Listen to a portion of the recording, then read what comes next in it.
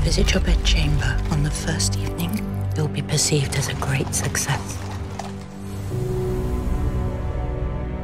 Kom og besøg mig efter aftenens program. Jeg, kong Christian den 7. erklærer hermed krig mod lort. Struense, hvad vil du sige til at skifte stilling? Hvad er det for en stilling? Kongens livlag. Jeg kan godt lide at drikke, jeg kan godt lide luder med store bryster, og jeg kan godt lide at slås. Og hvad er der galt i det? Hvorfor var det lige mig, der skulle have den kedelige gås, hva'? Gør hende sjov. Jeg vil gerne have en sjov dronning. Jeg tror ikke, de selv er klar over, hvor meget indflydelse det har på Christian Struense. Jeg tror, du kan blive en fantastisk konge, Christian.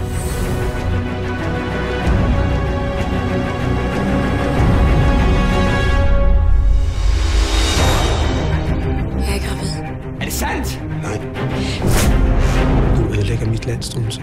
Jeg kan gøre lige, hvad der passer mig. Kongen lader sig diktere direkte af en oplysningsmand. Jeg har ikke lyst til at stå og sørge ved graven i dit afhuggede hoved.